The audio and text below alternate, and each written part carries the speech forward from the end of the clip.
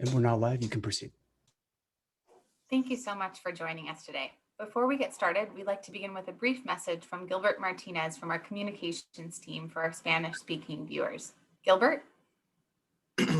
Buenas noches y bienvenidos a la sesión informativa organizada por la supervisora Hopkins y la doctora Mace. Esta sesión informativa se está transmitiendo en vivo por nuestro canal de YouTube con la interpretación al español. Para escuchar la versión en español, puede usar el link de YouTube que se encuentra en la página de Facebook del Condado de Sonoma. Gracias. Ahora regresamos para atrás con supervisora Linda Hopkins. Thank you so much, Gilbert. I really appreciate it. I'm Linda Hopkins, Supervisor for Sonoma County's 5th District and Chair of the Board of Supervisors. Welcome to our COVID-19 and vaccine community briefing for Wednesday, February 24th. Our vaccination efforts continue to ramp up. This week, we expanded our eligibility threshold to include those 65 and older, as well as essential workers in the grocery and restaurant industries. This brings Sonoma County fully into Phase 1B, Tier 1 of the vaccine distribution strategy that we began just over 2 months ago. While we are pleased that we have reached a point that we're able to open up our clinics to more residents, this is a large population group, and we are still dealing with a very limited supply of vaccines. Appointments are hard to come by, so please be patient until our supply increases. Overall, the county is working closely in partnership with our healthcare providers, and we have now administered doses to more than 95,000 Sonoma County residents working together, which represents more than 23% of our population aged 16 and older. We've also passed an important and meaningful milestone for our county. We have now fully vaccinated more residents with 2 doses, 28,401, than we have had total COVID cases, 27,803, since the pandemic began a year ago. I want to take this opportunity just to acknowledge all of the fantastic hard work of everyone who has worked on this effort, especially our vaccine mission team and our health services department. Sonoma County continues to be ahead of the state curve in terms of vaccines administered, and we would not have been able to accomplish this without all of your hard work. I also want to thank our partners for helping us reach out into all of the corners of our community with a focus on equitably distributing this vaccine. It has truly been a collaborative and cooperative effort. We're working to ensure that these efforts in pushing for an equitable distribution of vaccines in our county will continue on when a third-party administrator, Blue Shield, takes over the vaccine distribution within the next couple of weeks. We'll be discussing that more during today's briefing. Finally, I just want to say thank you to all of you, our residents of Sonoma County, for your continued patience. Information sometimes changes on a daily basis these days, and we really appreciate your flexibility as we build this plane while we're flying it. On March 7th, Sonoma County will join the second wave of counties under Blue Shield's operation as a third-party administrator for all COVID vaccines in the state of California. What will this mean for our vaccination campaign and all of our established partnerships? That's exactly what we're going to be discussing tonight. So to start us off, I'd like to turn to my colleague, Supervisor James Gore, who represents the 4th District, to talk more about what he has learned this week about the third-party administrator and efforts to help reopen Sonoma County a little more. James, take it away. Thank you, Chair Hopkins, and thank you everybody who's here with us. Pleasure to be with you tonight. I'm going to be here for the presentation portion. If anything that I say requires follow-up that I'm not able to provide because I'm going to be on the call for about a half hour, encourage anybody to follow up with me, but obviously Paul Gullickson and Linda and our staff can do that directly. So in addition to being, we've done this a couple times, but in addition to being a Sonoma County Supervisor, I'm also president of the California State Association of Counties. We had a call today with the governor and with his senior staff, including Secretary Galley and others, and went over priority implementation areas around the third-party administrator, as well as other issues that I'll go over briefly. So the first thing is that a lot of people have questions about what happens on March 7th when Blue Shield and with the support of Kaiser take over this vaccine administration. If you take a chance to look at the actual contract with the state, the one thing that I feel confident that this is going to deal with is, of all random things, it's the data transfer. There was a big issue that many of you know about between the state's database system, the CARES system, and counties uploading information on how many vaccines were being administered without having full picture of how many vaccines were being sent to primary providers in the same county. So, for example, if the state sent vaccines directly to Sutter, Kaiser, St. Joe's, we got to see those and how they were. That's in the bailiwick and the representation of those primary providers to put those into people's arms and to report back, maybe through the county. We all update it together. But the other side is that the county gets an allocation of vaccines for the federally qualified health clinics and also for our vital vaccinations through our partners to frontline workers, also law enforcement and other areas like that. So what this meant was that there was a lot of stuff that was not fitting into the gaps, and the just-in-time data going back to the state and therefore justifying to the federal area for more vaccines wasn't as quick as it needed to be and wasn't accurate. So a lot of people have different opinions about this third-party administrator. From my perspective, and from a lot of us with California State Association of Counties, is at least it will take care of the data exchange system. And we as counties can focus on some core priorities. So with Blue Shield coming in, we're working collaboratively with them to make sure that they get the data they need and get the vaccines out to the partners that we don't manage. But then at the same time, we're going to be advocating for the county system, along with our federally qualified health clinic partners, to be able to directly address the equity goals. Latino population, where we've had surges in our cases since the beginning of COVID, vulnerable seniors, also other vulnerable populations throughout. Many of you know that the federally qualified health clinics, referred to by the acronym FQHCs, are the primary provider in Sonoma County for Medi-Cal recipients, which is Medicaid here in California, and then also the uninsured, what we old term of art is the indigent care. So the goal for us is to really go after that. And there's been an issue that we've identified with some of our federally qualified health centers, which is the reimbursement rate versus how much it costs. We can't have our clinics going under while they're doing this vital work. And also a reminder that even though equity is always listed as a priority, it does take more time, more effort, and important work to get out to the most vulnerable in our community. Equity is a hard thing to achieve, but it is the absolute mandate of what's before us. So what are we doing? Well, we're evaluating kind of a gap analysis at the county we agreed upon on our Tuesday meeting to review with the federally qualified health clinics their needs and to try and get some consensus across them. What are their needs? If it's funding for outreach, if it's other backfill for reimbursements.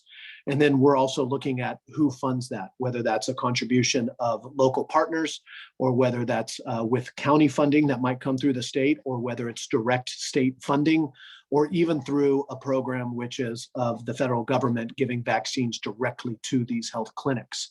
So that equity portion is going to be a priority for us in the coming weeks, and it is already. For those of you who don't know some of these names, right, up in my district or in Linda's district, West Community Health, if you look out in North County, Alliance Medical Center and Alexander Valley Health Clinic, give you a quick example. We got a notice from Alliance about their work in the Hillsburg, Geyserville, Windsor area. And as of about the 20th of February, they had almost 3,000 vaccines out, 63% of those to Latino population. And so you can see that that's the place that we need to go to be able to go after this equity issue full force. So we need to support them because that's where individuals already go for their care. Second thing I wanted to provide an update on outside of the third-party administrator in Blue Shield is that we are in consultations with the governor and do anticipate that the tier system, which is currently, as you all know, red, purple, orange, and yellow, is going to be amended. And what we have been advocating for is to have that amended to reflect vaccinations, for vaccinations to be also utilized in a reopening strategy. This is extremely important. Why? Because testing has completely changed. Dr. Mace and others can attest to this. They've represented it to our board, and they'll probably go over it today. But before it was much easier to get testing in certain degrees because we had what I would call frequent flyers, people who are working, healthcare workers, people who are working in high contact jobs, and other vulnerable individuals who were getting tested a lot to make sure they were safe. Those same individuals are getting vaccinated first, and so aren't going back to the same testing regime as before. Now, how does that affect us?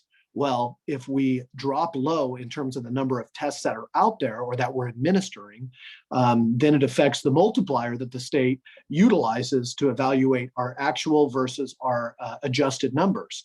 And so that can hold us back from reopening safely, is what I would say. So we do anticipate we're working over the coming days with the governor's office on exactly what that vaccine criteria is going to look like, but we do anticipate movement on that in this coming week, and are trying to make sure that it's attuned to unique communities instead of just an aggregate that is this many doses in California and this many people. A couple other things is that the governor talked with us about is the incoming authorization of Johnson & Johnson vaccines, with 20 million of those currently ready to go, and 10% of those coming to California. The governor also talked about how this past week we had 1.4 million vaccines come to the state. This next week it's going to be 1.52. It is going to be scaling up, and there will be a huge amount of vaccines that are anticipated to arrive in May, June, July.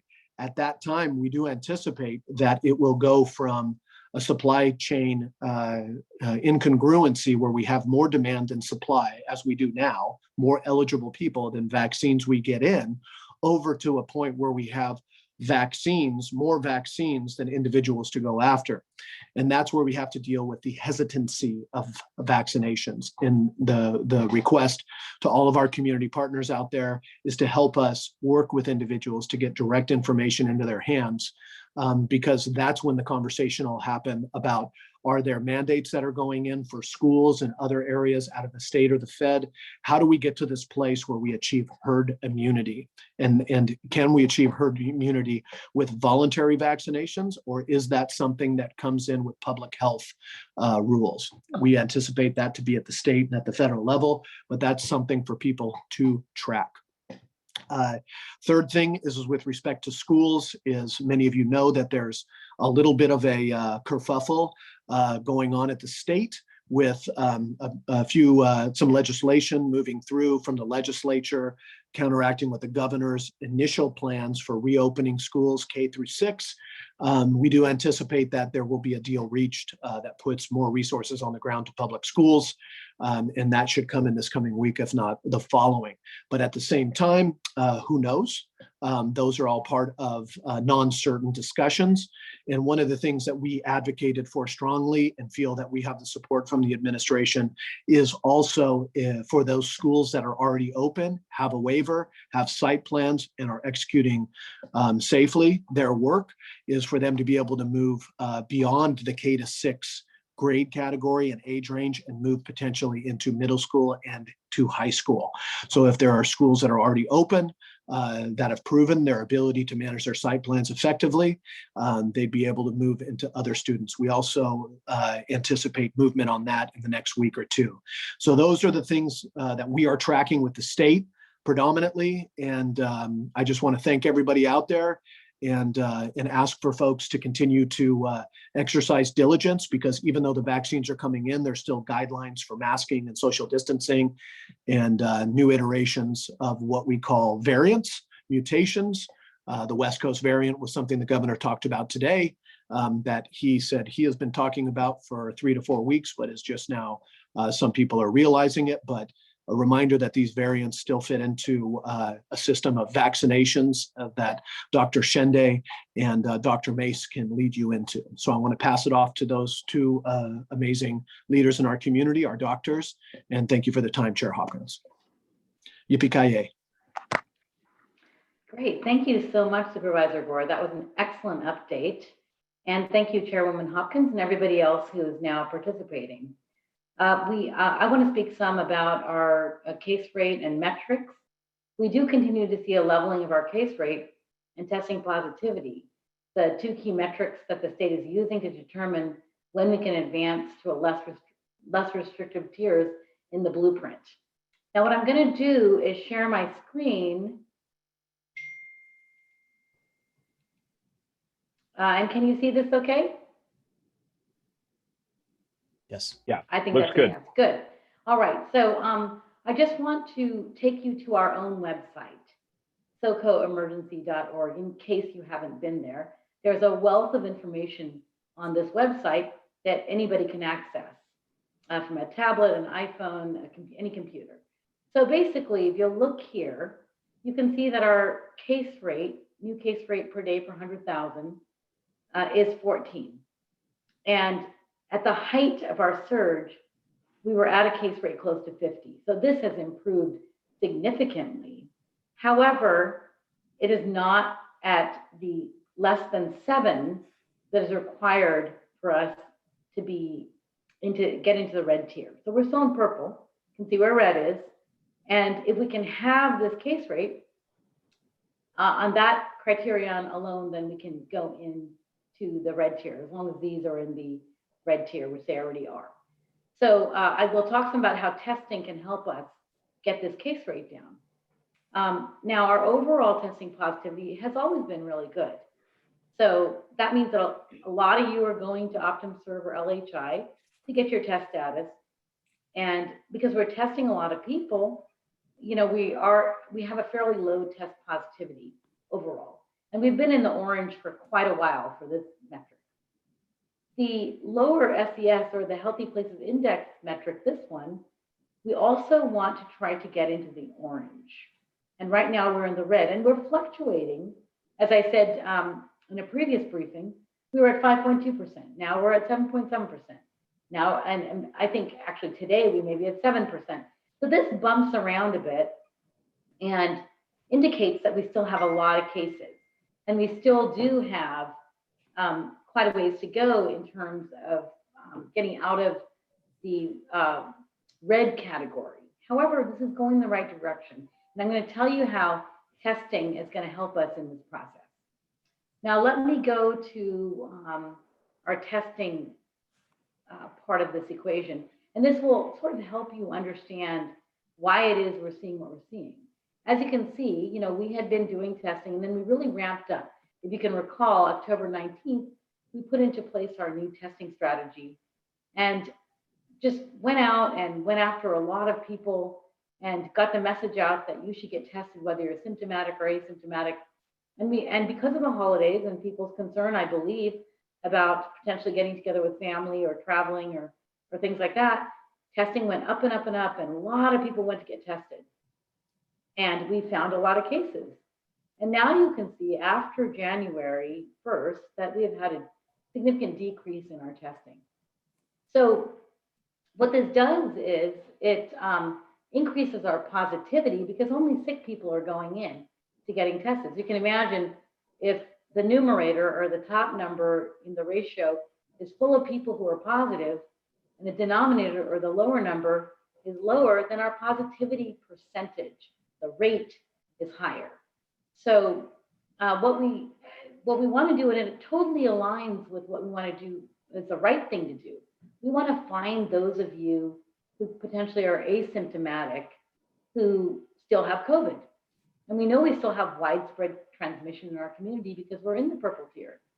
So even though you may not be symptomatic, or you may not have had an exposure that you know about, it's okay to get tested. And that's what the state is encouraging us to do.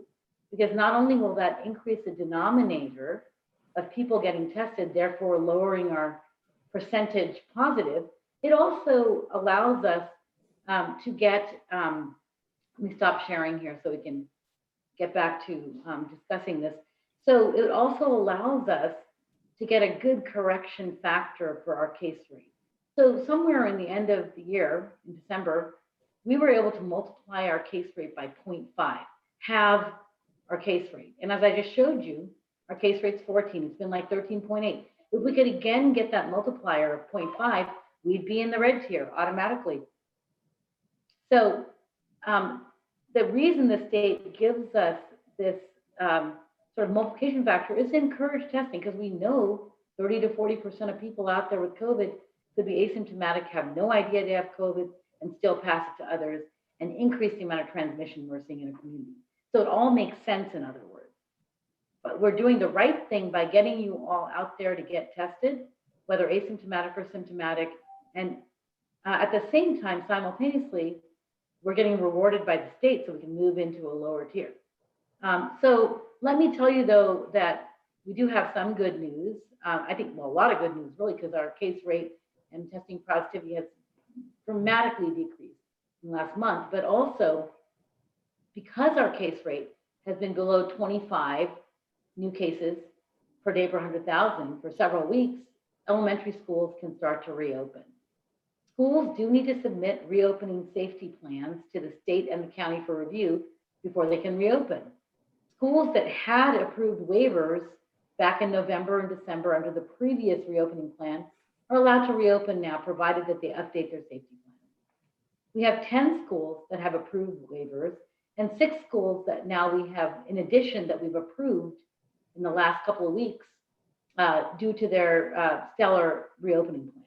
The schools that have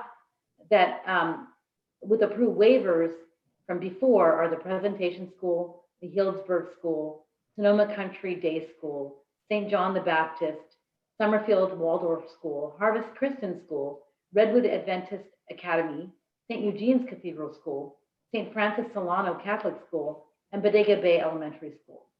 The schools that now have approved safety plans and can move to reopen are the Spring Hill School, Victory Christian Academy, Sebastopol Independent Charter, Liberty School District, St. Rose School, and Sonoma Charter School. At Public Health, we're busy reviewing an additional 24 reopening plans, and very soon we'll be announcing more schools reopen. Once we can move into the red tier, then grades 7 through 12 can begin to reopen. So again, I think everybody should do their part and get out and be tested. We have the Optum-served sites in Windsor, Santa Rosa, and Petaluma, your own physician, and numerous pop-ups that you can find on our website. So thanks very much. Let's continue the facial coverings, social distancing, and our general hygiene measures, and get tested. Now I'll turn it over to Dr. Shende for an update on our vaccination campaign. Thank you very much, Dr. Mace. That was very, very helpful, very informative. As Supervisor Hopkins mentioned, we are now vaccinating our Phase 1B Tier 1 population, including seniors 65 and older, as well as essential workers in education, public safety, and food and agriculture.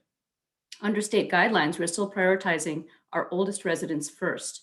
We're setting aside 70% of our vaccine doses for seniors and the remaining 30% for essential workers.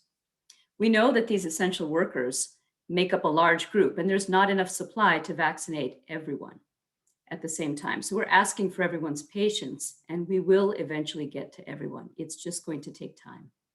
We've now administered 123,609 vaccine doses, including 66,807 residents with first doses and 28,401 residents fully vaccinated with 2 doses. The residents with at least 1 dose include 66% of our 75 and older population, 52% of our 70 to 74-year-old population, roughly 35% of our over 65 population, and 17% of our Latinx population. Again, the county's role in coordinating vaccine distribution will significantly change on March 7, when Blue Shield takes over as the third-party administrator. So we want to focus the rest of this evening's briefing addressing questions about this process. For more on this, I'd like to turn to Ken Tassif, our Vaccine Mission Manager. Thank you, Dr. Shende. So as Chair Hopkins and Supervisor Gore mentioned, third-party administrator is going to be coming on board on March 7th, and most of our current county providers will be contracting with Blue Shield. The good news is that Blue Shield has informed us that they'd like to keep our current structure of vaccine clinics in place, and they want to continue to use the providers that we are using. In addition, the Blue Shield contract with the state emphasizes rapid delivery of vaccine with incentives to ensure that the vaccines are distributed within the state's equity framework. Now, what will Blue Shield be doing specifically? Well, they're going to be doing vaccine distribution and allocation. They will make the decisions about how much each county gets of the state's allocation. And then within the county, they will also determine where the vaccine goes by provider. In addition, the vaccine producers, Moderna, Pfizer, and eventually Johnson & Johnson, will distribute the vaccines directly to the providers based on Blue Shield's allocation. Still a little unclear with Blue Shield, as Chair Hopkins said, they're building the plane and flying it at the same time, how they'll handle local issues like how to get vaccine to the current providers that we are delivering to. The county will not be a direct provider, and the county will not be receiving vaccine any longer once Blue Shield takes over. So that's one of the things that that Blue Shield will be doing, and one of the major things. They'll also be in charge of vaccine integrity. In other words, ensuring that the vaccine doesn't spoil and is used properly. The second thing they'll be doing is providing contractors with, providing contracts with the contractors that are out there. And we're going to be recommending the providers that we are using to Blue Shield, and they have expressed that they will be able to take those. Most of those are our hospital systems, our current federally qualified healthcare systems, and certain provider groups that are helping with things like homebound seniors and so on that can do travel vaccines. The other thing that will be happening is that all of the providers in California that are on the third-party system will be using the My Turn appointment system. Now, the My Turn appointment system is an end-to-end system that includes scheduling, intake, and then upload to the state's database as the department, or as Supervisor Gore had mentioned. And that's an important part of our success in the state. The state will also have a call-in center for those who do not have computer access or who need registration help.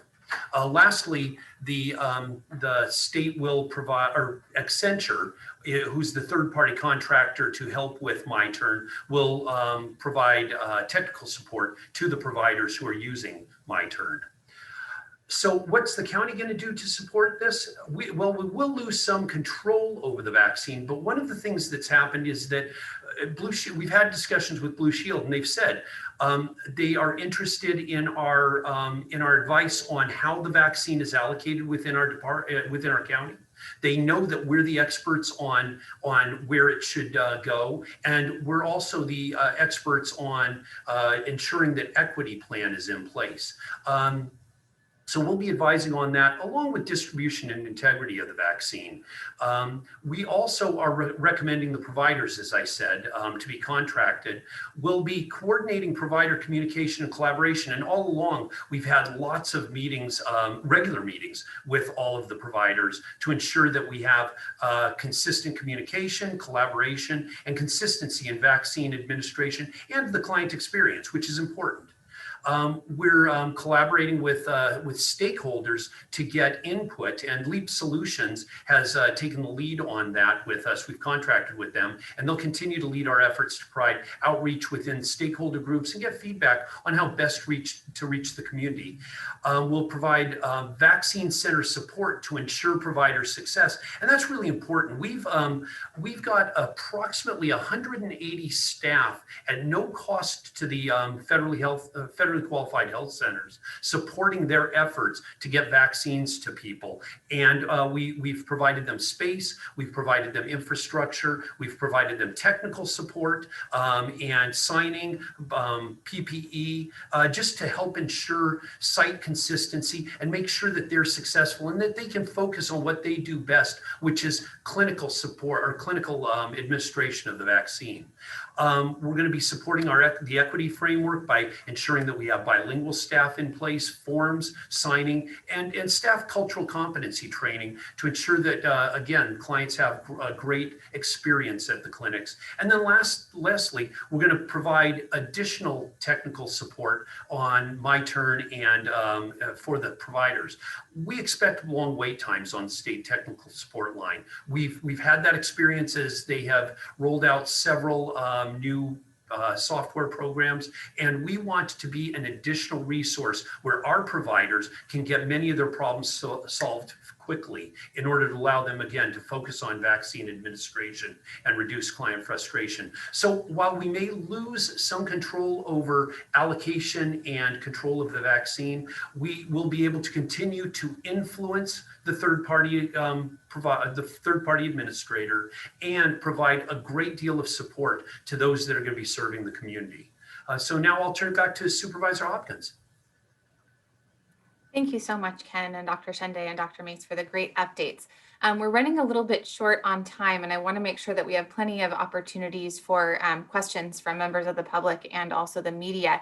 So I think I'm going to shake up the agenda a little bit. And I do know that we're also joined this evening by Dr. Mitnick. And I'm wondering, Dr. Mitnick, if you might like to, just share a little bit of an update with the members of the public prior to us going to questions from the media and members of the public. Sure. So right now, vaccine supply for us remains our primary constraint in vaccine deployment. In addition to not receiving our expected and needed supply allocations, we were impacted. I hate to interrupt, but I'm having a little hard time with your audio, and I don't think it's just me. I think some other folks are struggling as well. Let me try to get closer. There we go. Better? That sounds so much better. Thank you so much. All right. So we've really had a lot of issues with our supply of vaccine, and the weather last week in the Midwest delayed a significant amount of our supply of the Moderna. So right now we have our mass vaccination clinic on our two care site clinics. They are still vaccinating for second doses, and that continues. We did have to put on hold last week the scheduling of all new vaccine appointments, awaiting the ability to fulfill those appointments with vaccine. Our scheduling still continues to be when open on our website as well as by telephone. We're also informing our patients right now that in the future, as we begin revaccinating first dose, we actually can't guarantee second dose at this point until we're sure that the supply chain is much more stable and more robust. And all of our clinics on appointments are all based on making an appointment. So we hope that as the vaccine supply gets better and more consistent, we will be able to quickly restart our efforts and really get back to full capacity, because we can really vaccinate a lot of patients every day, but we need vaccine to do it. Thank you. Thank you so much for that update. And I was actually browsing some of the state data and looking at some of the media coverage regarding vaccine supply, and actually noted that Sonoma County received 5% fewer vaccines sort of for this week than we had from the prior week, which makes it very difficult because we're struggling just to stay on top of those second doses of vaccine. So thank you very much for sharing that update. Now I will hand it over to Paul Gullickson to go ahead and field questions. Thank you, Chair Hopkins. Thank you, everybody. This is really good information, and we have a number of questions from the public. A few of them really concentrate on one basic question, and I'll send this to Dr. Mace. It can be summarized in just a simple question: why are we still in purple? I guess that's the really question that's on a lot of people's mind. We've been in purple so long, since ever since the blueprint was really created. What are your thoughts? Yeah, thanks so much for that question, everybody who's asking that. And we in public health have asked that of ourselves many, many times. And, our county is really quite different from some of the counties that we're bordering or close to, certainly in the Bay Area. I mean, as you may or may not have heard, our epidemiologists really looked at sort of demographics and the race, ethnicity of our population, how many agricultural farm workers and food producing members we have in our in our county, as well as residents over a certain age that are in congregate settings. And we found that we are closer in terms of those characteristics to counties like Monterey, Tulare, Ventura, ones that have actually stayed in the purple this entire time as well. And we have particular challenges in terms of the vulnerability of our population, the difficulty in outreaching to certain groups and sectors, and things like, so for example, with the food and agricultural worker group, the fact that they live in very close quarters and don't have the ability to not get COVID. And they've been the essential workforce, and they also don't have easy ways to isolate and quarantine. So there are some specific things about our county that differentiate us from some of the other counties around us that have moved into red and maybe even into orange.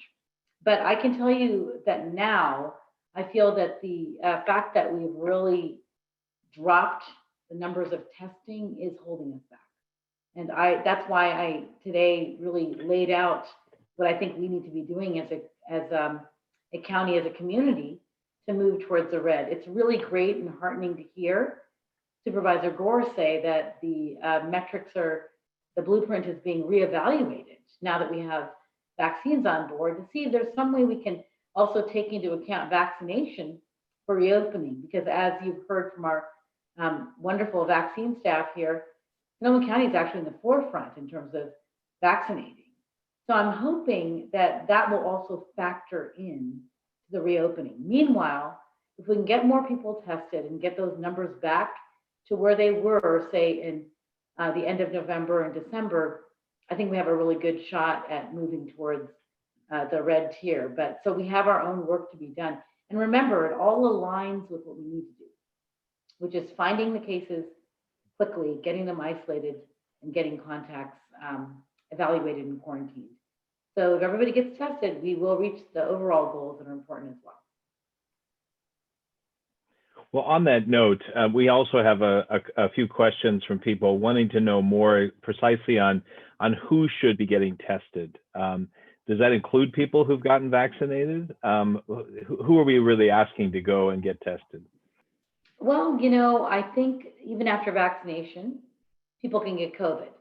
And we found, the clinical trials didn't really look specifically, at least all of them didn't look specifically at the issue of once vaccinated, if you're asymptomatic, no symptoms, could you have still gotten COVID? But we know that a good percentage, a certain percentage of people do get COVID even after vaccination. I would say if you've been vaccinated and you're feeling ill, you should go ahead and get tested.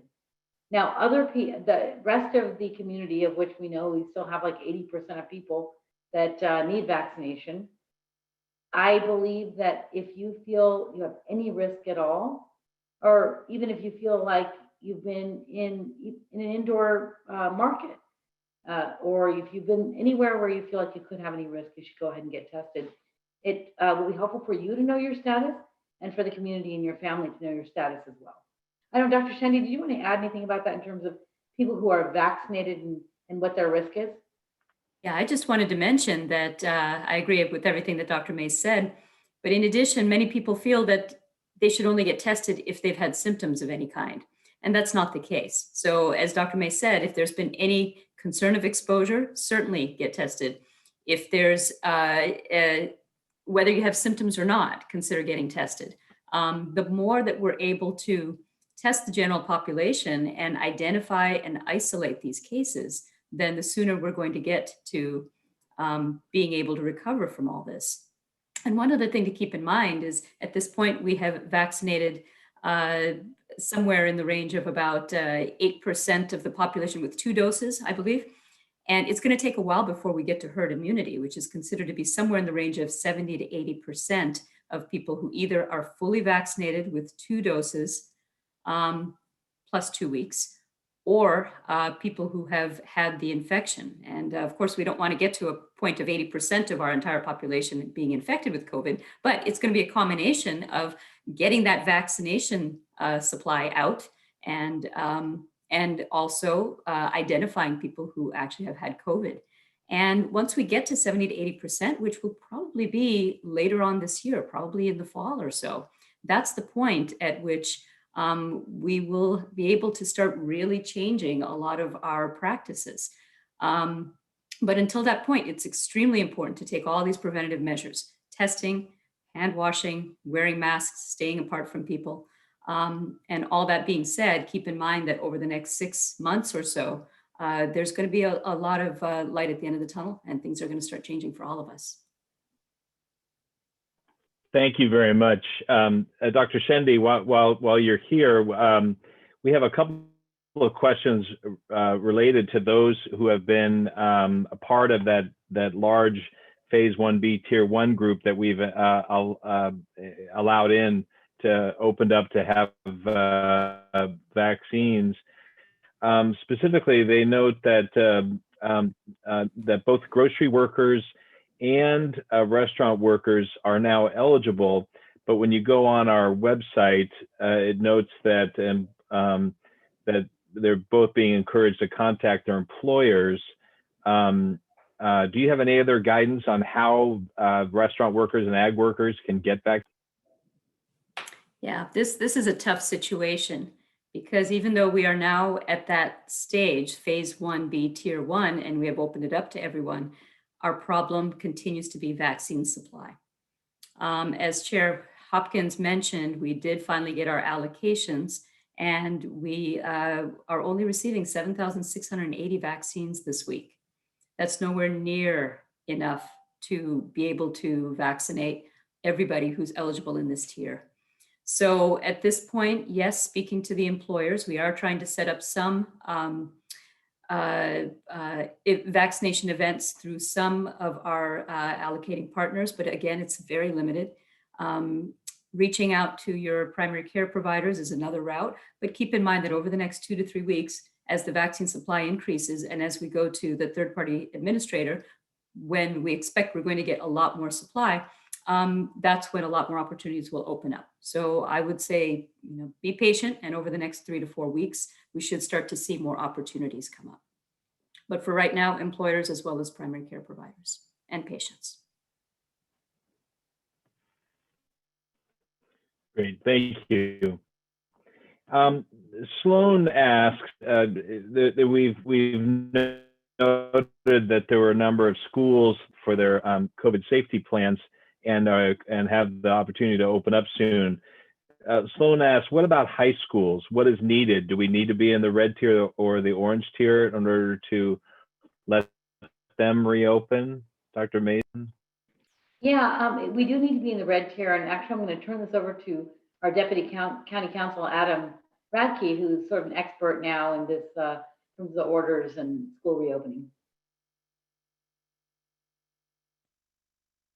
Yes, for grades 7th through 12th grade, regardless of whether the school may be like TK through 8th grade, but grades 7th through 12th grade can return to in-person instruction once the county is in the red tier. The state just revised its FAQs to say that as soon as the county is in the red tier and the school has posted their COVID safety plan, CSP, online, then they can return to in-person instruction for grades 7th through 12th.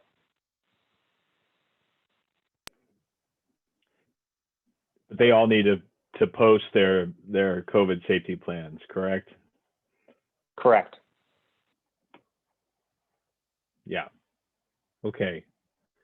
Great. Well, all the more reason that that we can hope to get into the red tier soon. Let's Right, and if I can just go to quickly our add, Paul, just one quick thing. Once that happens and schools do open, even if we were to jump back into the purple tier, and Adam, feel free to add, the schools remain open at that point. Correct, Adam? Schools have a 3-week window from eligibility to either reopen or return at least one grade to in-person learning as part of a what the state has been calling a phased in approach for reopening. And if they have done that within the 3-week period, even if the county were to return to the purple tier, they would be allowed to continue to remain open or continue their phased in reopening strategy, such as if they were to bring in one grade like TK through 3rd or 7th through 8th, and with the anticipation that they will bring in other grades later down the line as part of a phased in strategy.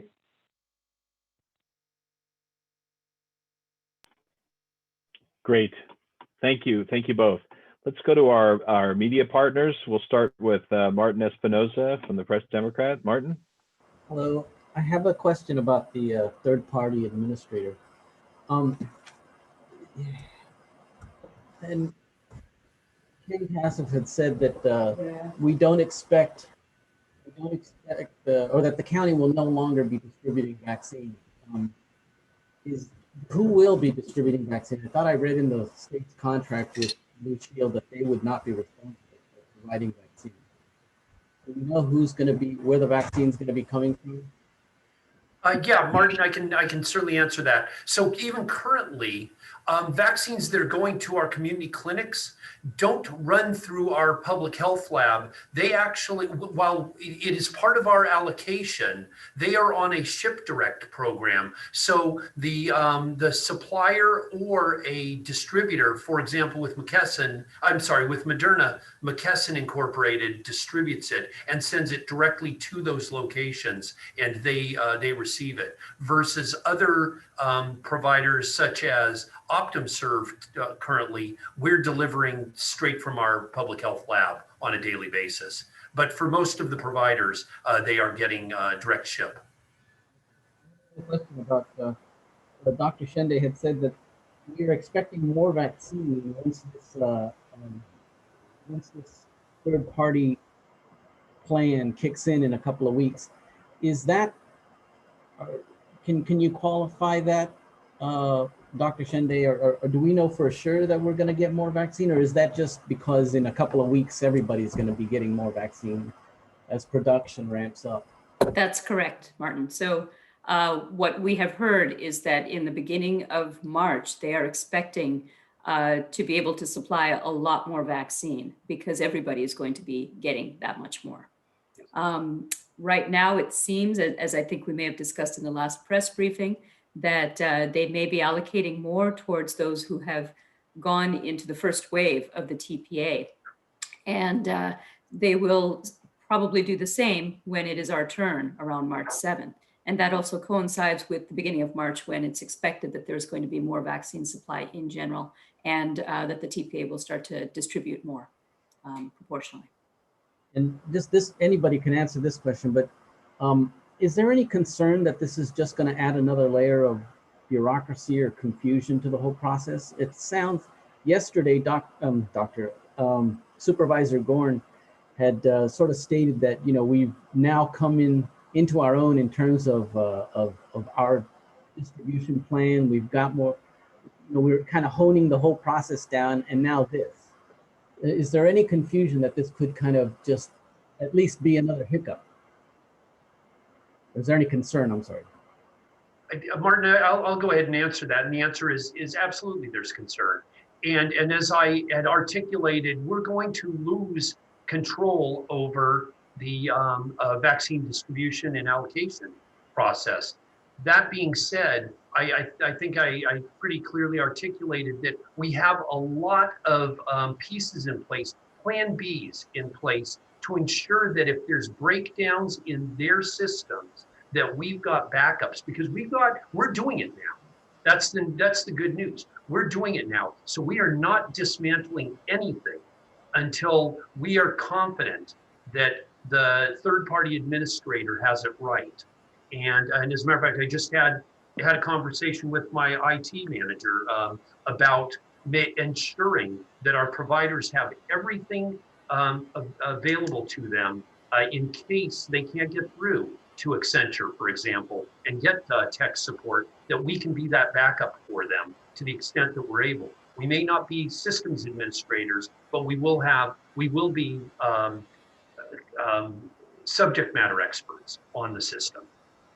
If I could just I would add just to add- that, Go ahead. sorry, if I could just add to that, that I think we've experienced during this whole vaccine rollout process, it's not easy. It's not easy for anybody. There are a lot of things to be learned. There are a lot of challenges. There are a lot of bumps in the road. So we are going to do everything we can to try and make that transition as smooth as possible, particularly because we've learned a lot in this process, and we know a lot of the nuances, a lot of the ins and outs on how to try to address equity, how to get the vaccine, how to maintain the vaccine integrity, all these issues.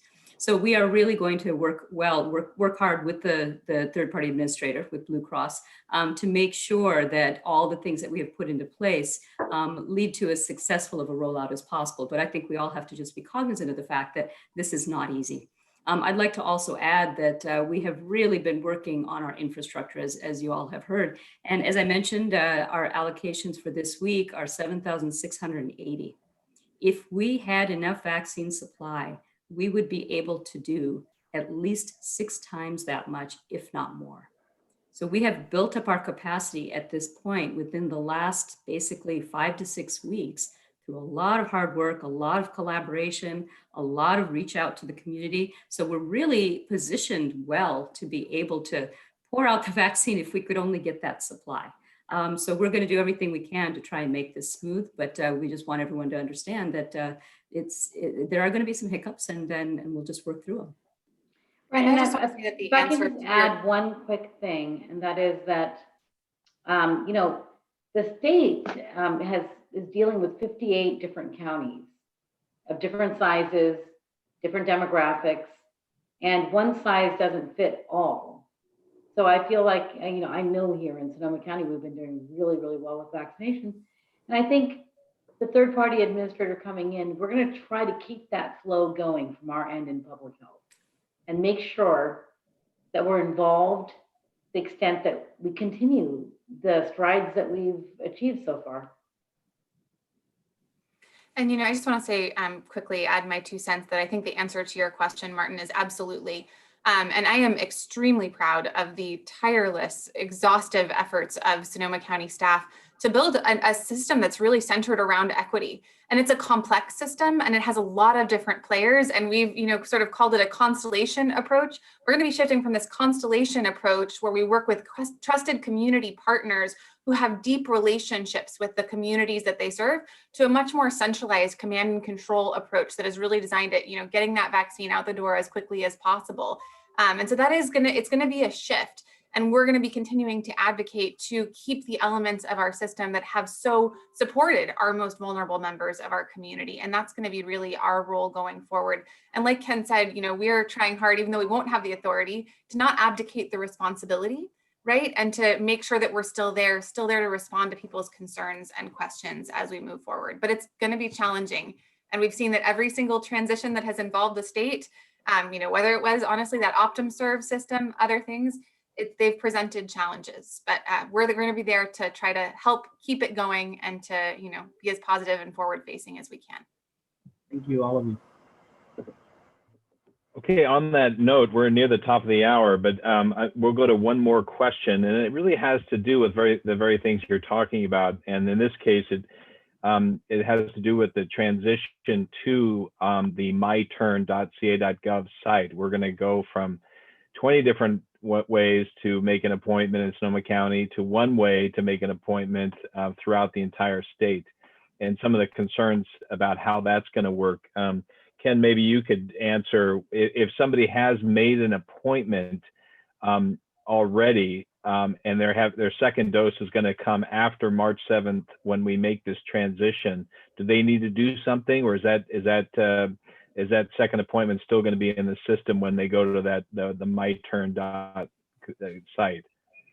Accenture and Blue Shield have both said that they will be continuing to support, for example, the PrepMod system that's in place, or the My Turn, whichever the appointment's been made on. There are some systems that may remain in place though. For example, those pharmacies that'll still be on the federal pharmacy program may not be on My Turn. So not every appointment will be on My Turn, but most of them, and certainly all that go through the third-party administrator system. But yes, they have assured us that that if you've got your first appointment, you will get your second appointment, and the appointment will be kept. Will be Okay, maintained. well, it's one of the reasons why we are encouraging people now to go ahead and go to the myturn.ca.gov site to register, and because we will be transitioning over to that. But for the time being, the list of clinics that are available are on socoemergency.org/vaccine, where you can find out all the different clinics that are offering vaccines at this point. At this time, I'll go back to Chair Hopkins. And I believe that takes us to the end of our time together. I just want to say thank you so much to all of our panelists for participating, to the members of the public for asking those questions and participating. And I look forward to seeing you all same time next week, same place, and we will see you next week. Take care and be well.